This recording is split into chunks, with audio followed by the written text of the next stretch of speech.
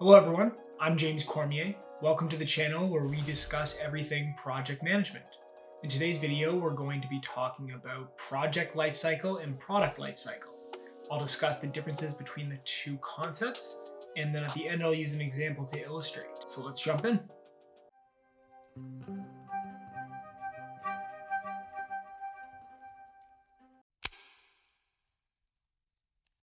Project lifecycle describes the process from initiation to close. It is a series of related activities that help develop or launch a specific product, service, or process. It usually kicks off the product lifecycle, which represents the evolution of a product in market from its conception to its retirement.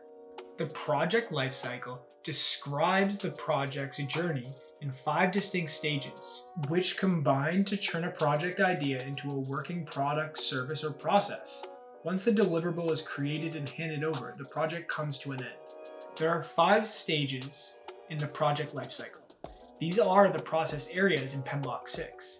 These include initiation, planning, execution, monitoring, controlling, and then closing. The initiation stage is where the project is defined and approved. This is when the project team is assembled and the objectives, deliverables, and scope are defined. The planning stage is where the project plan is developed and resources are allocated.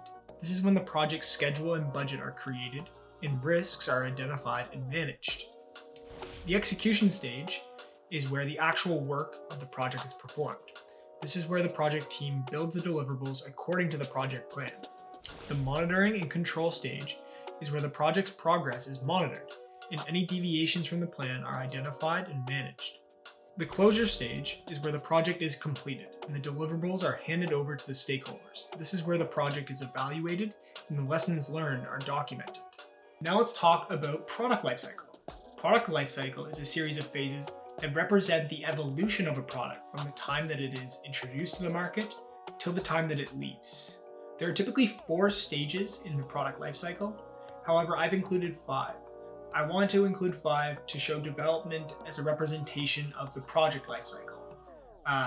That being said, the 4 other stages include introduction, growth, maturity, and then decline. The development stage is essentially the project lifecycle. It's when companies conduct market research to identify customer needs, brainstorm concepts, create prototypes, and conduct testing. It's just everything that you're going to do in the project lifecycle. Next, the introduction stage is where the project is first introduced to the market. It is a time of low sales and high marketing costs. In this stage, the company focuses on building awareness and generating interest in the project. The growth stage is where the product gains traction in the market. Sales start to increase, and the company focuses on scaling production and expanding distribution channels. The maturity stage is where sales growth slows down and the market becomes saturated.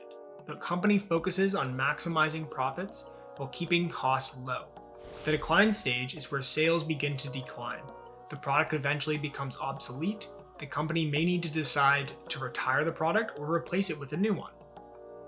By the way, if you are enjoying this video, I would really appreciate if you could leave a thumbs up. With that being said, let's jump back to the video. Let's explore an example now, and we're going to use Apple's iPod. In 2001, Apple introduced the iPod to the market. It was a sleekly designed MP3 player with a built-in hard drive.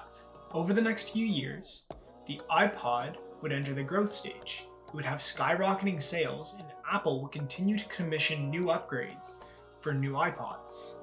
These would be their own projects in themselves. In 2007, coinciding with the release of the iPhone, the iPod sales would start to slow down. This is when it would reach its maturity stage as sales slowed down as people started to switch over to the iPhone, which had similar features. By 2014, the iPod sales were continually dropping, with more and more people switching over to iPhones that had similar features.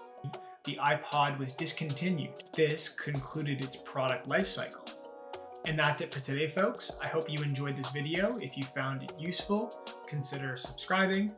And until next time, goodbye.